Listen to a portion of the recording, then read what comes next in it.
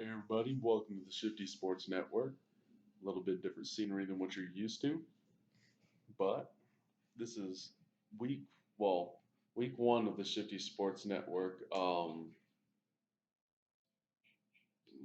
Basically picks.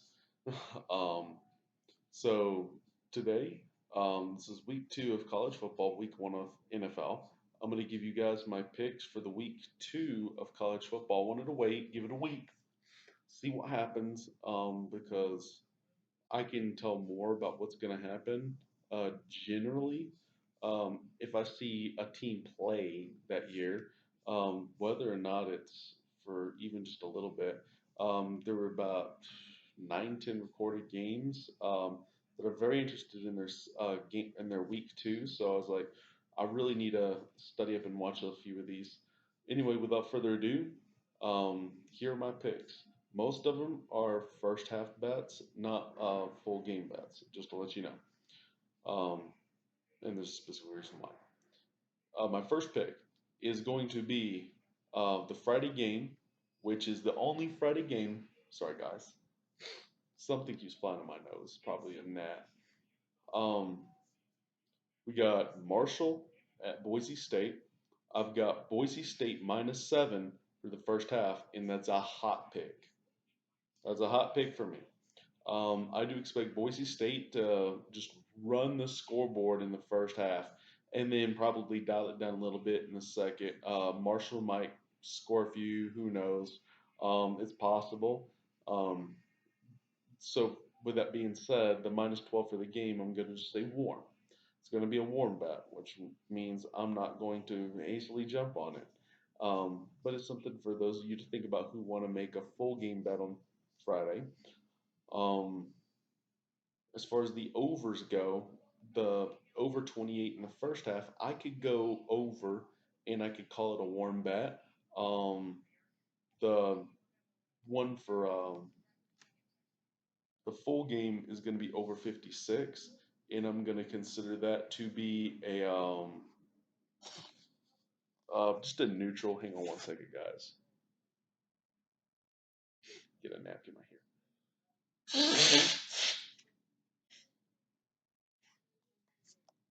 That should help.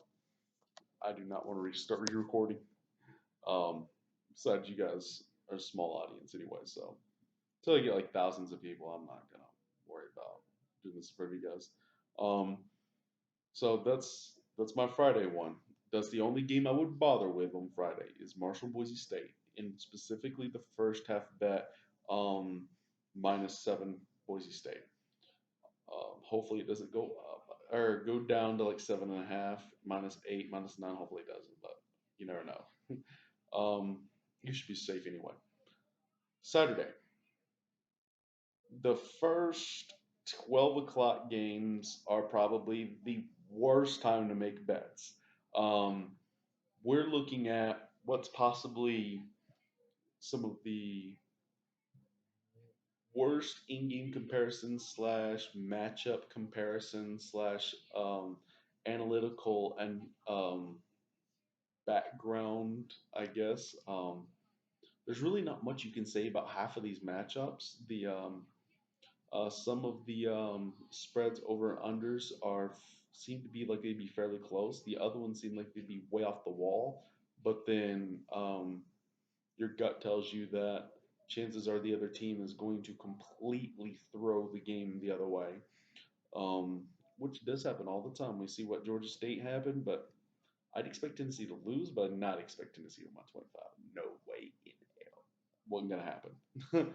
um, anyway, for the I think yeah, Syracuse at UMass is a 12 o'clock game, I think.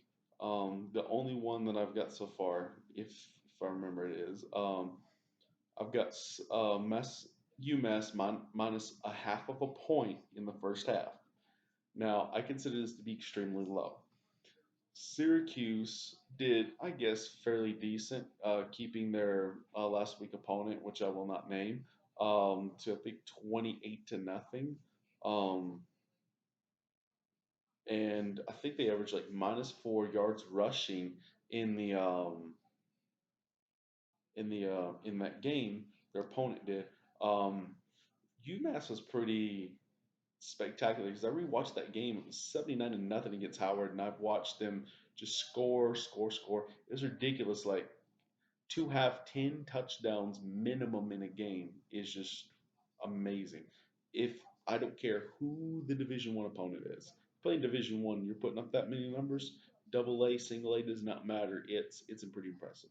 I know Howard Bison's not that good of a college, but I mean they're certainly not the worst team in that conference. So um, I would say give UMass some credit there. I would pick the over 29, specifically because I do expect UMass to put up a good bit of points on Syracuse, but I don't expect Syracuse to not answer, um, because obviously a team like Howard's not going to be able to put up a lot of points on a 1A opponent like UMass. But that being said, I do expect UMass to be leading by a lot by half. But I do expect Syracuse to score some points, meaning we're going to be seeing the we're going to be seeing something where you say like I'll go warm on the minus a half a point only because I haven't really seen proof that Syracuse can really do anything, and UMass could have just had some lucky hits, and who knows, Howard could have probably lost all of their players. I don't know. That's why I'm not touching hardly anything on that 12 o'clock. Probably end up doing that minus a half a point with UMass at 12 o'clock, to be honest. Um, but just be a little bit, not much. Um, the next one, however, I kind of like, but it's not. I'm gonna call it a hot bet, but it could go either way. Um, West Virginia at Missouri. Now, the thing here that I like is the over 32 for the first half. The over 32 is, for I don't know what reason, extremely low to me. Now, that's not being said that 32 points will be scored for sure. But you're looking at a team like Missouri, who over the years has liked to play with um, a very fast pace. They're very brisk in their offensive production when going down the field. Their offensive coordinator is probably a little bit of high risk, high reward coach, although he does understand the purpose behind the uh, the up tempo offense, and their opponent is no stranger to up tempo either. West Virginia has been doing this for a long time. They average, I want to say, like 40, 50 points last year per game, and they didn't lose too many players that are very critical to their success. So you're going to see some of that offensive line come back. You're going to see a fair number of their offensive tools come back. And I really don't think either team's got the defense to really put a mark on keeping the other team from scoring points. Although if I had to give the edge to anyone, I'd probably end up giving it to West Virginia. But that would probably that's only because I've seen West Virginia's offensive line and I know what they can do. That offensive line is huge. Um, But with that being said, I do consider that a hot bet for you guys. I don't know if 9 minutes in, we've only got three games. The next one is South Florida at Georgia Tech. Those of you who know me, no, I will not bet on Georgia Tech. It's not going to happen. I do not like betting against the triple option or betting for it. It is one of the most risky yet unpredictable offenses, and you can never determine what's going to happen in the game with it. I've seen them beat a top-ranked Florida State team when they had no business beating them, and I've seen them lose or come close to losing to double A teams or what were double A teams because they had absolutely no luck running the ball. The It's just too risky. It involves so little guarantee. So I just don't like it. But for those of you who do like it, We'll call it a warm bet. I'm going to say South Florida at Georgia Tech. We go over 31.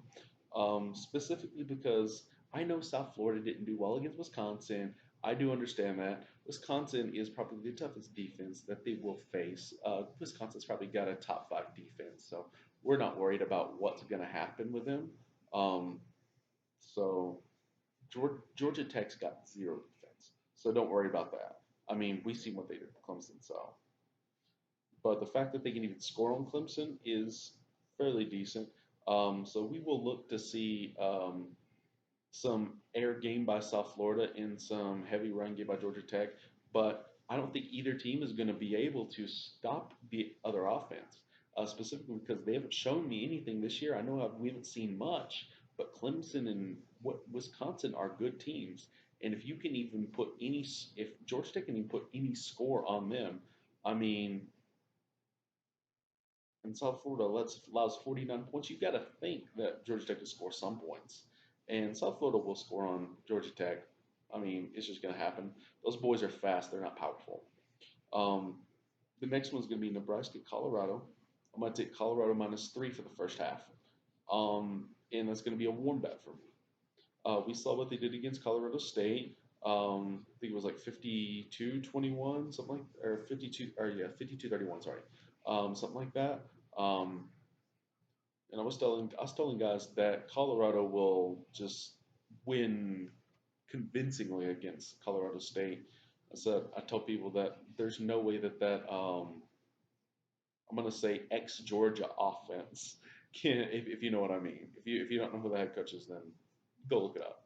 Um, but anyway, the ex Georgia offense is going to have a shot against Colorado, especially with the few pieces they actually have on that Colorado State team to work with. So seeing like Nebraska struggled so much to be a very bad team.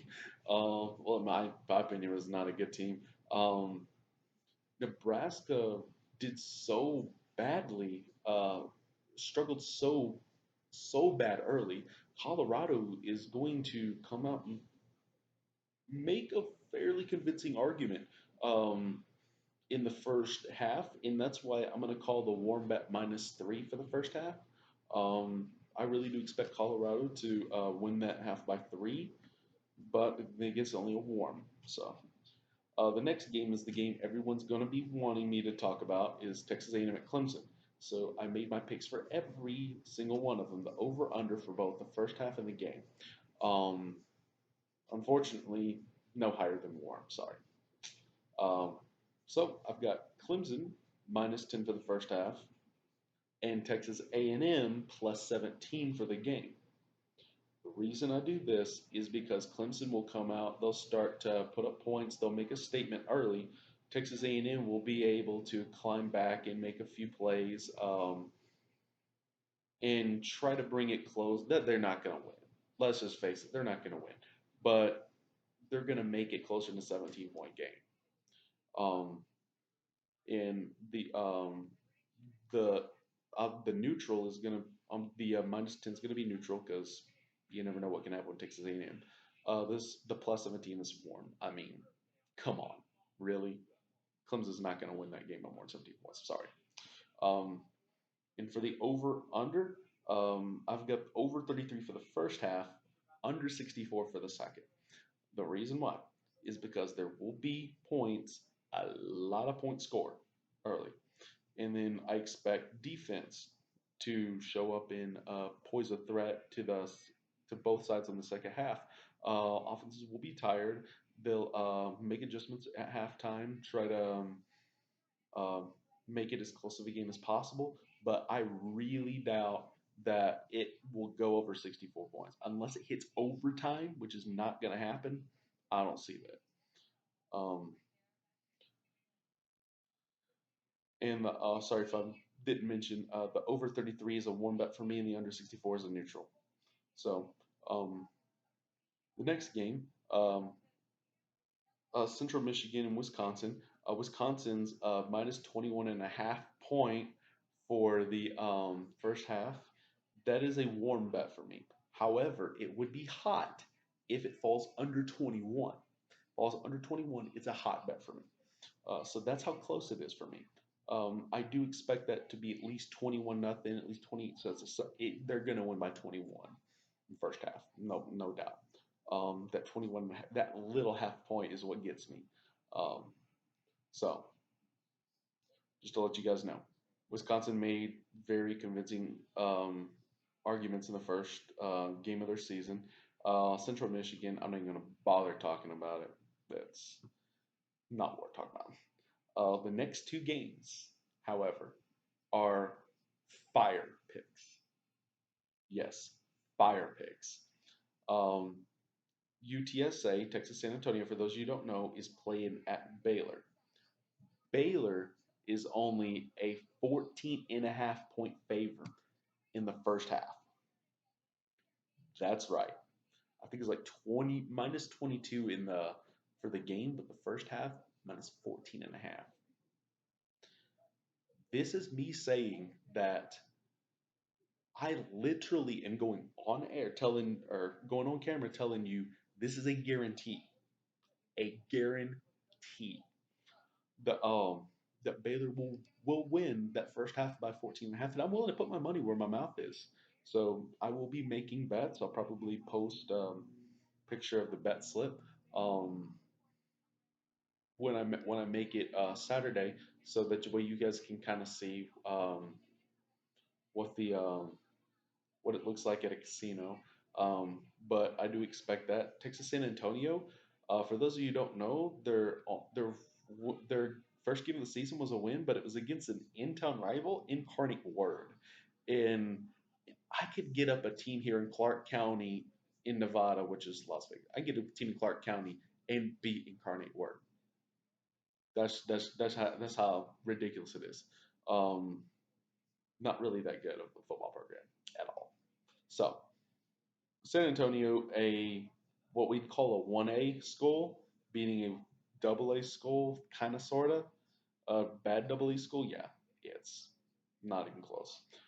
Baylor blew out their opponent, blew out in the first half, and then allowed them to score a few in the the second half a little bit. I think it was the towards the end of the game when I'm pretty sure every single one of the starters was benched. So seeing that offense is not letting go. I mean, just to see that they still have the firepower, and San Antonio is probably the worst team, if not definitely one of the top 10 or the bottom 10 teams in the NCAA 1A is what I'd call 1A in the FBS. They're definitely one of the top 10 worst teams in the FBS. So make that bet if you can, um, and put some money on it. The next one is another fire pick. Um, this is UCF, which is Central Florida, at FAU, Florida Atlantic. Um, Unfortunately, UCF is only a 6.5 point favor. This is at Florida, so it doesn't matter. At Florida Atlantic, I mean, they're both Florida teams. They're going to play in the same humidity, same temperature, same environment, pretty much. So, not going to be too much of a change for them. UCF minus 6.5 for the first half. A team who convincingly destroys an opponent in the first half versus a team who had to suffer against Ohio State, got 28 points put up on them in the first quarter of that Ohio State game. So you can imagine how badly UCF is going to blow them out in the first half. So if there was a first quarter bet, I probably would have taken that and just been like, if they had something that was like -3, something like that, I'd have been like, oh, for that first quarter, I'm taking it. I am taking it. Only because it's literally just too good to pass up. It's a really good that's a really good one. So put a lot of money on that. UCF minus 6.5 for the first half, or whatever it's going to be for the first quarter. Either one's going to be a fire pick. But definitely the first half is going to be much more like almost guaranteed because you got a little more time. So, um, besides, UCF ain't gonna give up a point to Florida Atlantic. I'm sorry. Um, then we also got the last three games that I'm gonna have today. Um, LSU at Texas, a game everybody probably wants to hear about. I've got LSU -3, and that's a warm bet for me. The reason why is LSU has figured it out offensively and has been able. And I know it's not that big of a match that they had last weekend, but being able to put up 55 and only give up three is fairly decent. Um, and besides, Texas really hasn't showed me that much that can prove to me that they can beat LSU. So LSU coming out in the first half and just making a statement scoring points. Texas may be able to come back and score a few, but I don't think they make it close. Um, but then again, Texas has had a history of being rather sketchy with their gameplay, rather unconvincing with their habits, with their gameplay style. So you can't really tell for sure that the LSU can ride out win that first that first half. So it's a warm bet for me. I would lean towards hot if I could, but based on Texas history, I can't do it. So LSU -3 for the first half. The next one is going to be Buffalo at Penn State. Um, this one, Penn State's got a -18 for the first half. First half. I call that a warm bet. If it falls under 17, make it a hot bet. The reason I say that is three scores, one which is a field goal, is enough for me to throw big money onto that spread. It is. It just is. If you can get it to 16 and a half or lower, or even 17 is fine. Because if you push, you don't lose. As long as you're going to a reputable casino, of course. Um, so I definitely would take that. We saw what Penn State did. I know it wasn't that great of an opponent, but and Buffalo did not look convincing. I watched the replay of that game, and they looked like they laid down like after a few scores, just laid out. I mean, you can't do that in football and expect to do anything. So most people was like, okay, yeah, so Penn State's going to end up winning by 40 points on them. I'm like, that's possible. That really is probably going to happen.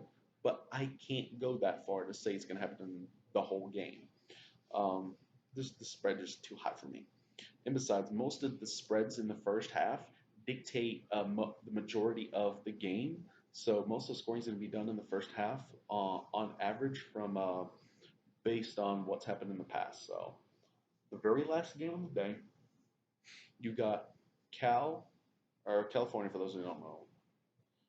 At Washington, I've got Washington -7.5 for the first half. Now, with that being said, there is an over. I don't like the over under. I don't like either one of those. It could be close. It could be way off. I don't know. I have not seen Cal play. However, I've seen Washington play. Um,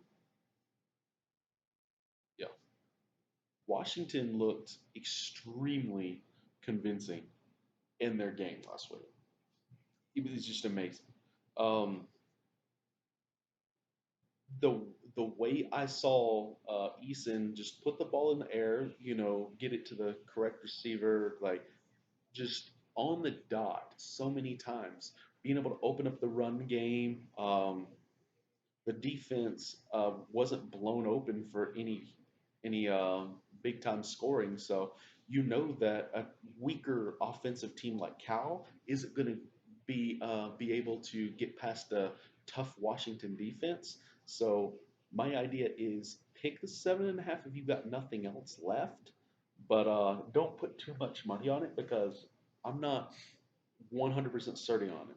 So, with that being said, it's been 25 minutes. I'm sorry, guys. But anyway, those are my picks for this week's college football game. If you've got any comments, post it in the comment section down below. If you've got any bets that you're going to make, go ahead and share them with me. Um, And I think that's all I got for today. So thank you guys for watching, and I'll see you guys next time. The Shifty Sports Network.